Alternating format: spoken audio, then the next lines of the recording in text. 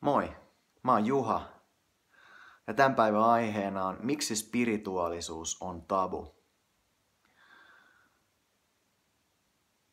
Spirituaalisuus tai hengellisyys, kumpi tahansa. Spirituaalisuus on ehkä vähän semmoinen mukavampi tai semmoinen jotenkin hyväksyttävämpi nimi kuin se hengellisyys, joka viittaa niin vahvasti uskontoon.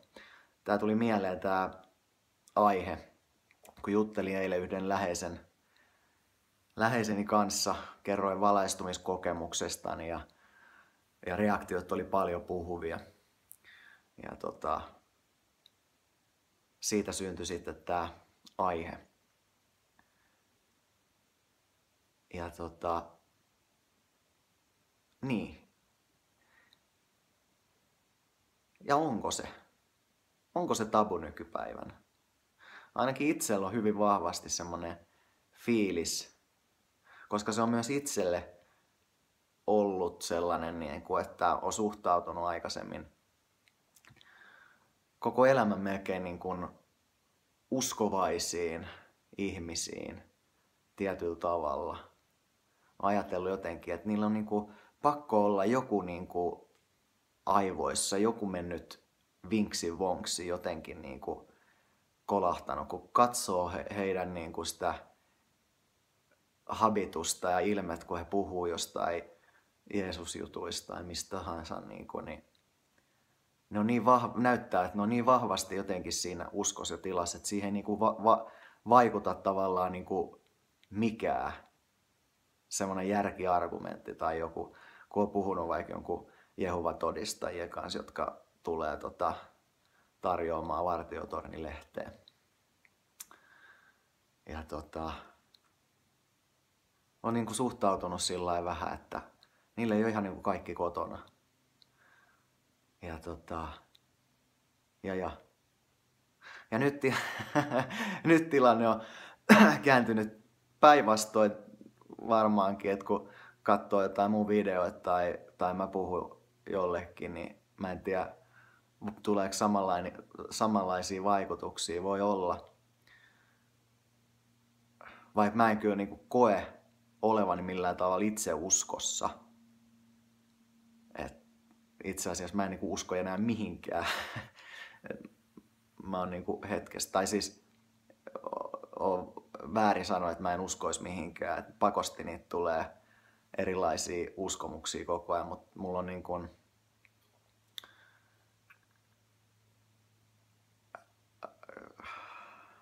käytännössä semmoinen ohjenuora, että mä en usko mihinkään. Mä oon avoin kaikelle, mitä tapahtuu koko ajan.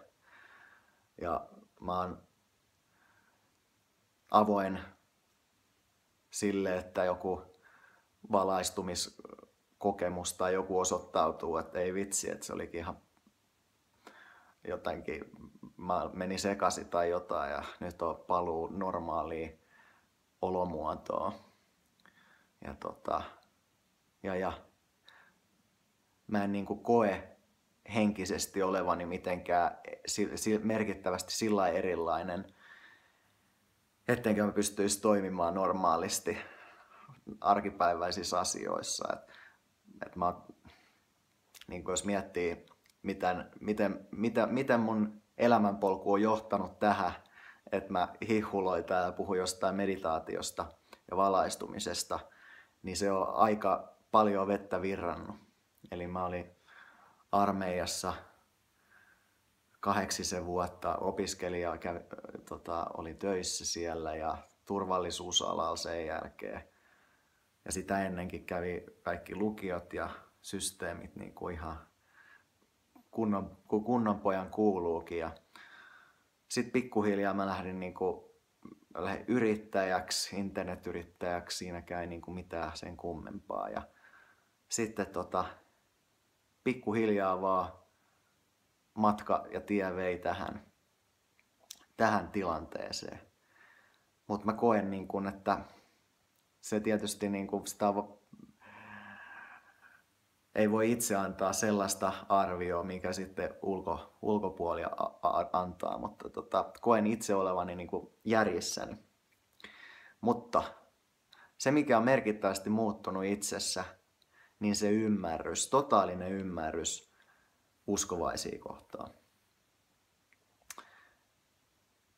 Ja nyt siihen ensimmäiseen syyhyn, miksi spirituaalisuus on tabu, niin ensimmäinen ja tärkein syy, siinä on 2 instanssia, joilla on salaliitto keskenään.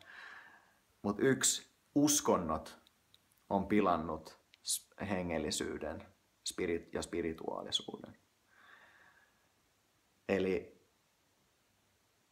mä oon tuossa lukenut metafysiikkaa etänä Kalifornian yliopistossa ja siinä on käsitelty maailmanuskontoja ja meditaatio ja rukouksen roolia niissä. Ja jokaisessa uskonnossa on jollain tavalla meditaatio kautta rukous läsnä. Ja itse kun olen tehnyt tätä meditaatioa hyvin intensiivisesti, aika pitkään jo, vuoden verran niin kuin todella intensiivisesti, niin sen tietää, että niitä hämmentäviä kokemuksia tulee, yliluonnollisen tuntuisia kokemuksia, ruumiista irtoamisia, nukkumista tiedostaen, enkelikokemuksia,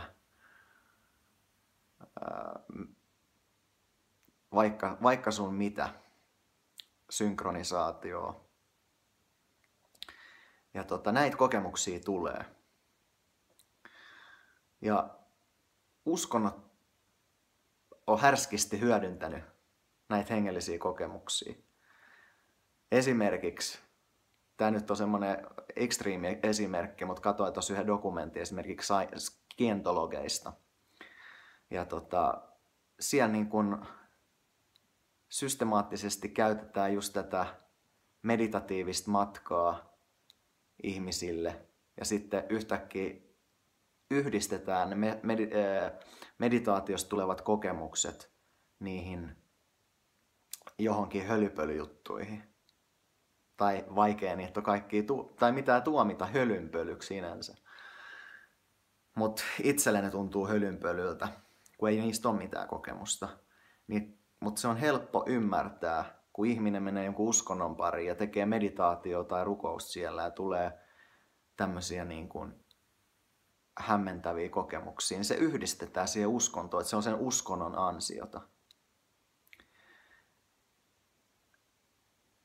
No miksi siitä tulee sitten tabu, siitä spirituaalisuudesta, hengellisyydestä? Koska uskonnot rakentaa just näitä tämmöisiä dogmeja ja sääntöjä, moraalisia koodistoja näistä kokemuksista. Ja ihmiset samaistuu niihin uskontoihin. Ja ne alkaa opettelemaan niitä sääntöjä. Ne ajattelee, että niitä pitää nyt toimia jonkun. Ja siinä on vaan se mieli silloin mukana. Ja mitä se niin kuin käytännössä on? Se on uskonnoilta hyvin härskiä, todennäköisesti aika pitkälti tiedostamatonta, mutta hyvin paljon myös tiedostettua hyväksikäyttöä ja vallan käyttöä ihmisiä. Ja kaikkihan se tietää, mitä sitten tapahtuu, kun ihminen uskoo johonkin. Että se ei perustu siihen omaan kokemukseen, se uskoo. Me ollaan nähty, mitä uskon sodat aiheuttanut. Kristiusko on viety melkoisin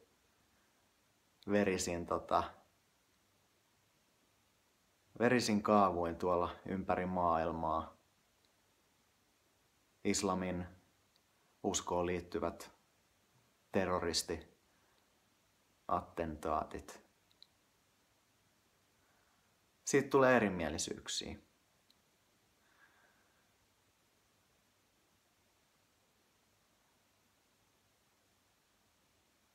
Ja tämmöinen niin kuin normaali rauhaa rakastava, ns-rauhaa rakastava ihminen halusi pitää sen uskonnon jotenkin, että se pitää olla jokaisen oma henkilökohtainen asia. Ja tottahan se on. Ei tämmöisessä tilanteessa, jos on tämmöisiin niin kuin ei normaalein aistein havaittaviin asioihin perustuviin dogmeihin, jotka toisilla saattaa olla erilaisia ja toisilla toisenlaisia, taistelee keskenään, niin ei ne voi päästä yhteisymmärrykseen millään. Eikä niitä kanssa voi keskustella millään järkiargumenteilla. Se on totta.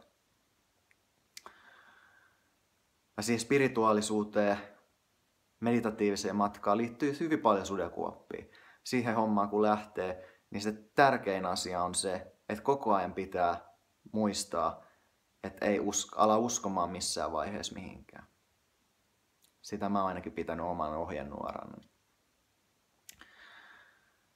No kun mä sanoin, että siinä on 2 osapuolta, on uskonto, uskonnolliset johtajat siinä salaliitossa, mutta sitten valtio, poliitikot.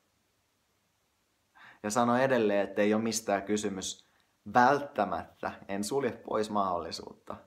Mä suhtaudun hyvin avomielisesti kaikkeen informaatioon, mitä tulee, mutta mä epäilen, että on enimmäkseen tiedostamattomuudesta kyse.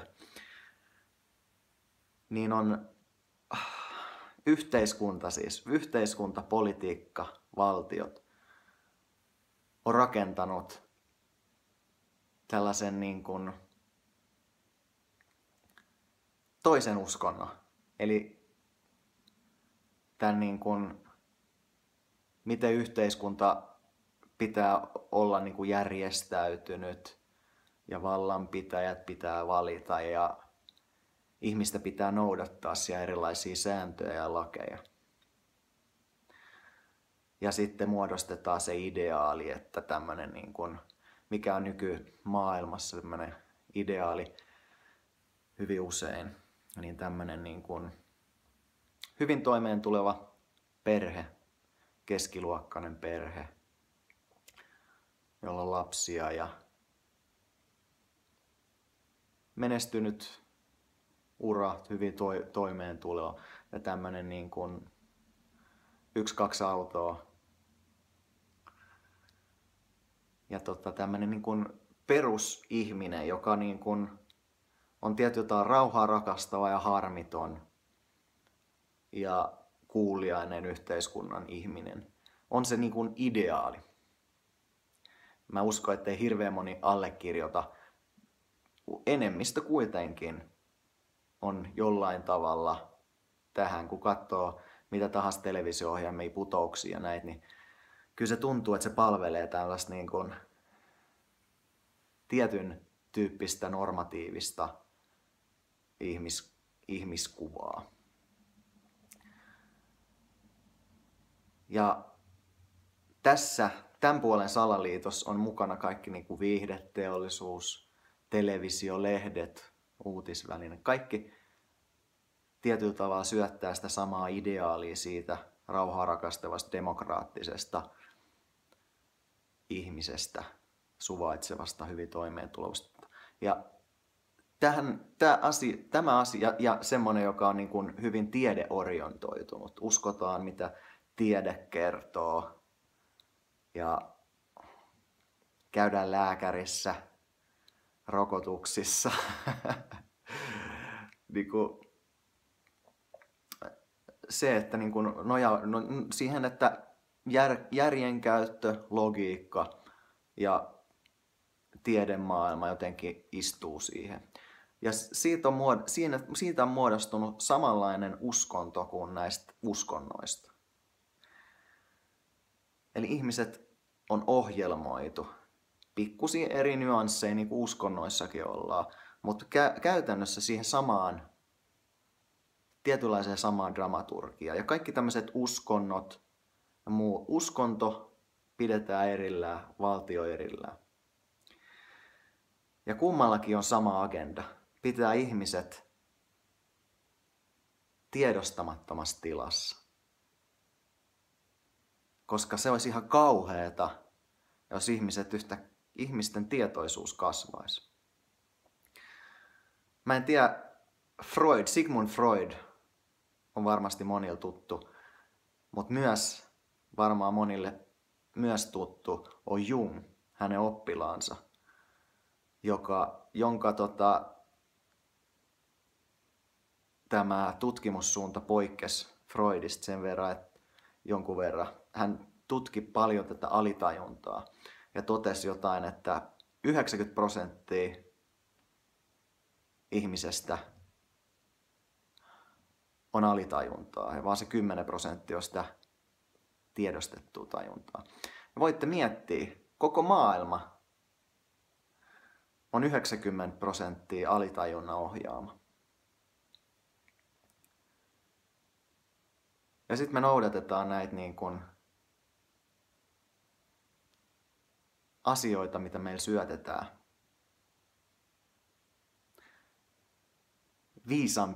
Viisaampia ihmisten kautta, jotka ovat alitajuntansa ohjaamia.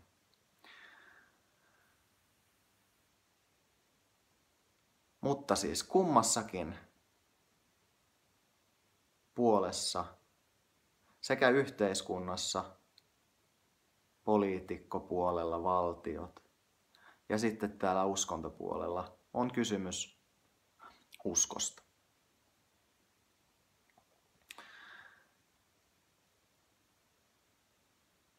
Ja tämä on käytännössä niin kuin pilannut sen todellisuuden, eli sen ihmisen oikean potentiaalin, mikä ihmisessä on. Eli mihin sillä meditaatiolla, hetkessä olemisella voisi ihminen oikeasti päästä.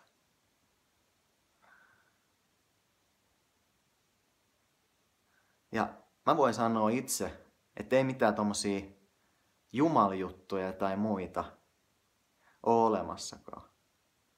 Mä oon tosi avomielinen kyllä kaikkea, mitä tulee, mutta mä oon itse ihan blankko. Ja mä koen, että se on ihmisen oma potentiaali. Ja oma tietoisuus. Ja se ihminen, kun se tietoisuus kasvaa ja kehittyy, niin sit alkaa tuntua, että hei, mä oon vaan tämmönen pieni ihminen. Mä oon tehnyt tätä omaa pientä duuniani täällä.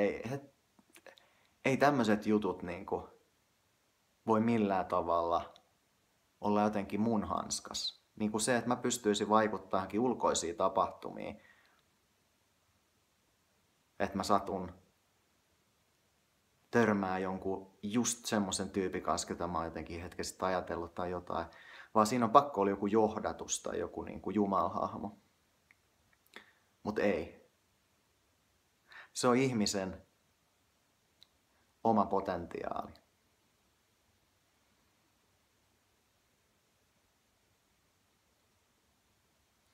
Mutta nämä ennakkoluulot sitä kohtaa, että mikä se spirituaalisuus ja hengellisyys on. Suurimmalla osalla ihmisistä ei ole mitään hajua eikä kokemusta meditaatiosta. Ja ne ei tajua, mihin maailmoihin se voi viedä. Ja mä sanon, se toinen syy, joka on vielä oleellisempi syy siihen, miksi spirituaalisuus on tabu, niin on se, että, ja tää on aika HC-juttu. Tätä mä en oo kuullut muualta koskaan. Osho on puhunut jotain näistä niin kuin uskontojen ja valtioiden ja politiikan salaliitosta. Varmaan sieltä lainasi jotain ajatuksia, mutta sen on huomannut käytännössä. Mutta tämä toinen juttu, tämä hedelmä ehkä tässä videossa, on se, että oikeasti me pelätään niin paljon sen asian kohtaamista, että meitä ei ole olemassakaan. Että tämä on tietoisuutta vain ja ainoastaan, totaalisesti tietoisuutta. Se ei ole sitä konkreettista maailmaa, mitä me ajatellaan, että tämä on. Mutta me ollaan koko elämämme investoitu siihen ajatukseen, siihen maailmaan, mitä me eletään. Kaikki se synkkyys ja kurjuus, mitä me ollaan eletty jopa, me halutaan pitää. Niiden kokemusten on oltu aitoja. Niiden ihmisten, joiden kanssa me ollaan oltu tekemisissä, niiden on oltava just niin aitoja, kun me ollaan jotenkin mielessämme ajateltu ja samaistuttu. Kaikkia niitä tapahtumia, meidän lasten, niitä pitää jatkaa tätä meidän maailmaa eteenpäin. Ne on minun lihaa ja verta, ja ne jatkavat minua tulevaisuuteen. He ovat ihania, todellisia lapsia, jotka jatkavat elämäänsä.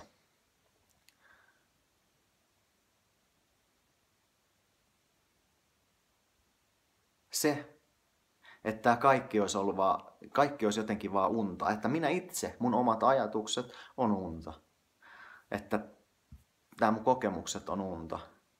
Se on ihmiselle ei-tiedostetusti, alitajuisesti kauhistuttava ajatus. Koska se on kuolema. Minua ei ole, eikä tätä mitään ole. Ja ihminen pelkää pohjimmiltaan sen asian todellista kohtaamista, kokemuksellista kohtaamista.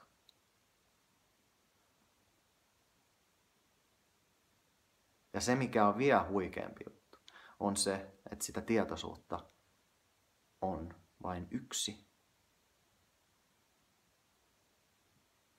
Yksi tietoisuus. Ja me kaikki ollaan yhteistä.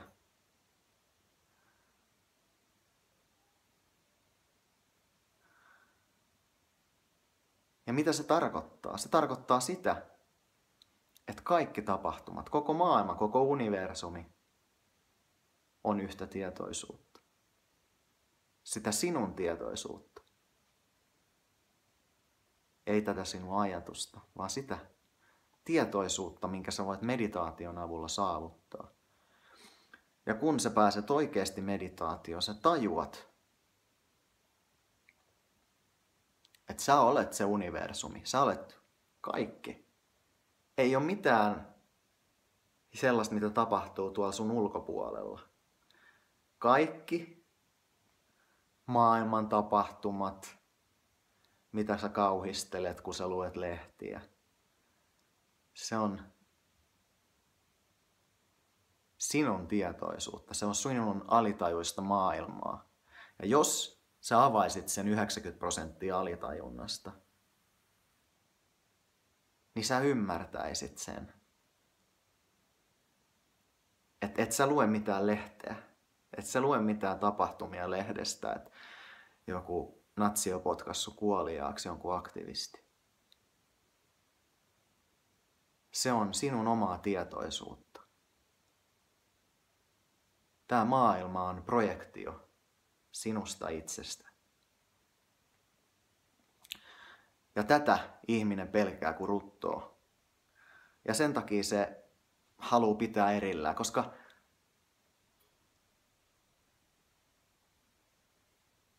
mä oon esimerkiksi äärimmäisen kiinnostunut, ollut hyvin pitkään jo niin kuin uskonnoista ja hengellisyydestä, että mitä ne ihmiset oikeasti ajattelee ja tuntee, kuinka vahva niitä uskoo ja millaisia argumentteja niillä on. Ja mua hämmästyttää se, että ihmiselle ei ole sitä kiinnostusta. Ja mä tiedän nyt, mistä se johtuu. Se johtuu siitä pelosta, että ihminen hurahtaa itse, koska ihminen ei tunne itseään. Ja se, että ihminen ei tunne itseään, eikä halua tuntea itseään, on käsittämätöntä. Mutta se on ymmärrettävää, että ihminen ei oikeasti halua tuntea itseään, koska se 90%, siellä on mieletön määrä energiaa ja hurjia juttuja. Niin hurjia, ettei tämä kaikki, mitä pystyy omilla aisteilla ja muilla havaitsemaan, on lastenleikkiä.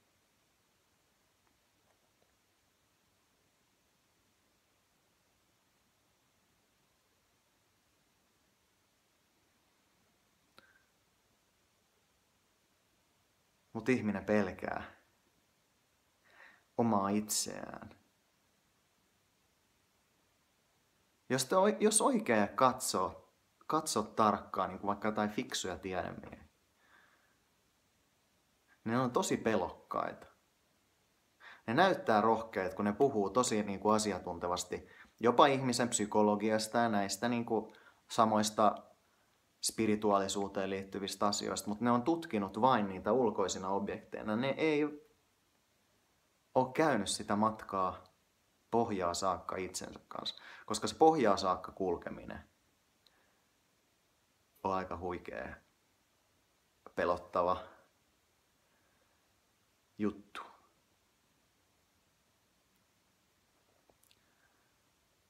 Ihminen pohjimmiltaan pelkää. Se ei halua kuulla, se ei halua olla tekemisissä uskontoja ja uskonnollisten ihmisten kanssa. Ja jos se haluaa kommunikoida, se haluaa ehkä tiedollisesti tietää jotain, mutta se ei halua mitään uskonnollisia kokemuksia.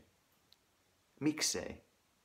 Mitä niissä on pelättävää siinä, että mä menen johonkin ja saan jonkun hengellisen kokemuksen itselleni?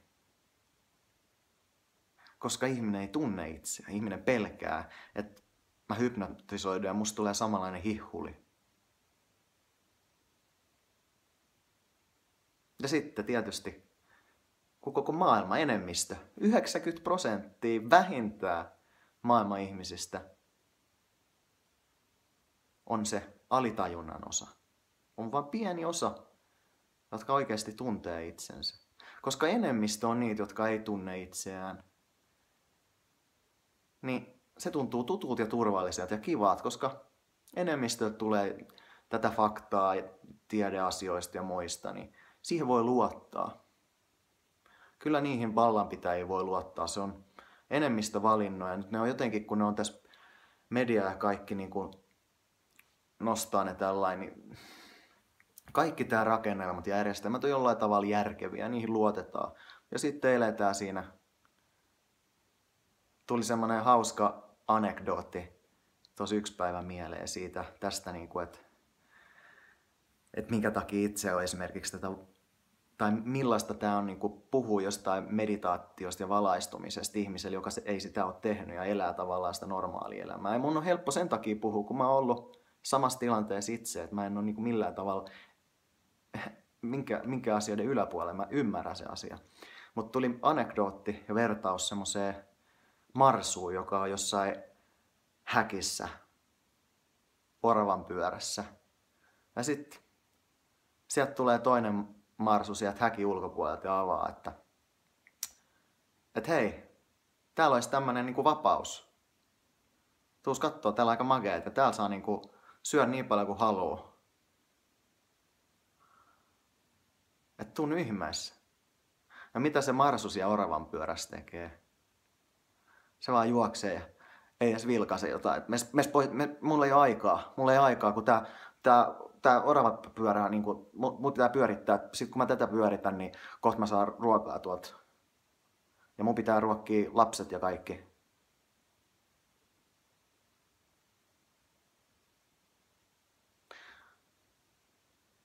Niin tää on mun mielestä se tilanne, missä suurin osa ihmisistä elää.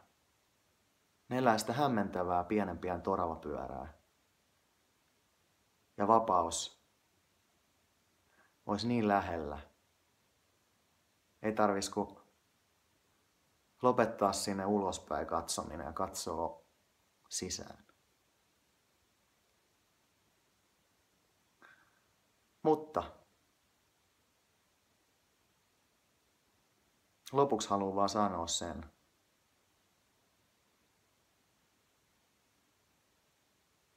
että minä rakastan sinua täydestä sydämestäni. Ja jos on jotain kysymyksiä tai haluat Skype-palaveria mun kanssa, niin ota rohkeasti yhteyttä. Mitä väliä, Jos se on vähän kiusallista, olla hetki hiljaa ja katsoa, että mitä oikeasti niin kuin tapahtuu. Vaikka saisit joku ihan normityyppi, joku mun läheinen tai kaukainen.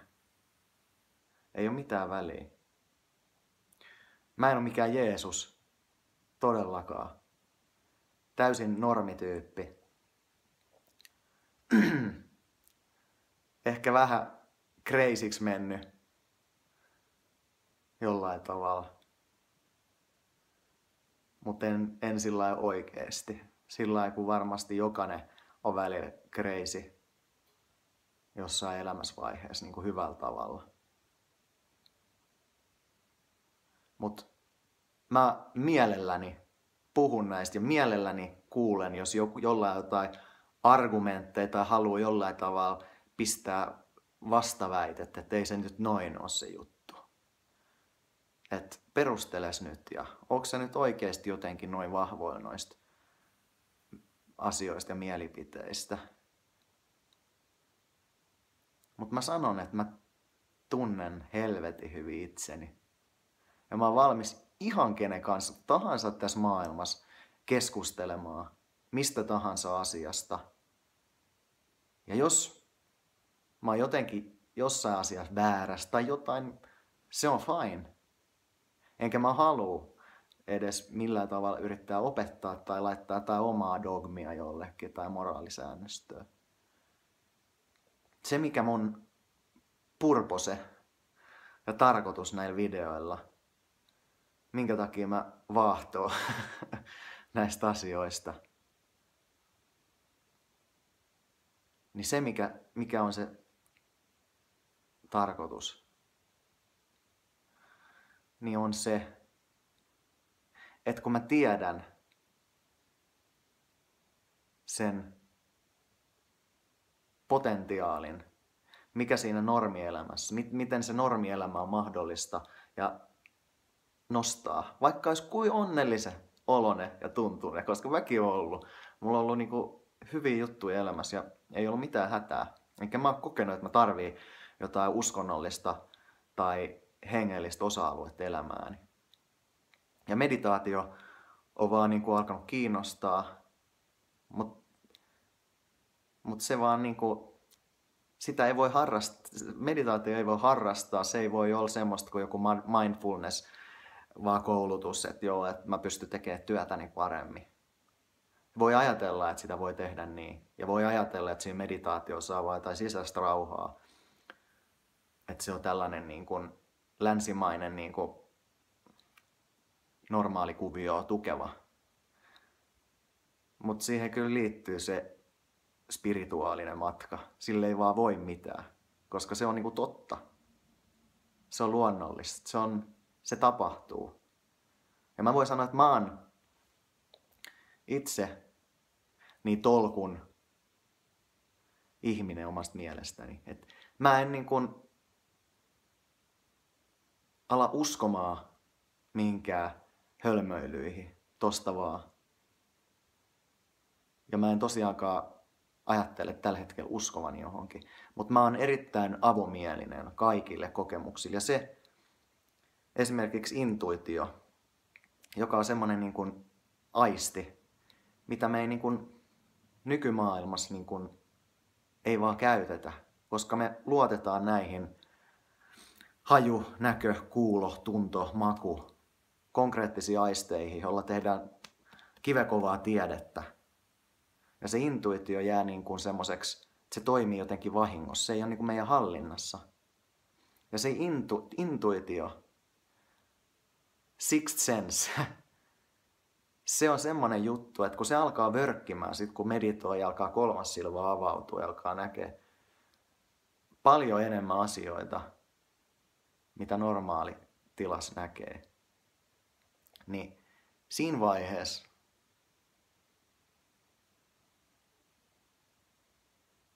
ei joku niinku virtuaalitodellisuus keinotekoinen, niin se ei ole mitään sen rinnalla. Ja ei mikään kokemus ole mitään sen rinnalla, mitä voi saavuttaa, kun avaa sen oman sisäisen lootuskukan. Mutta näitä asioita ei voi ymmärtää järjellä. Nämä pitää kokea itse.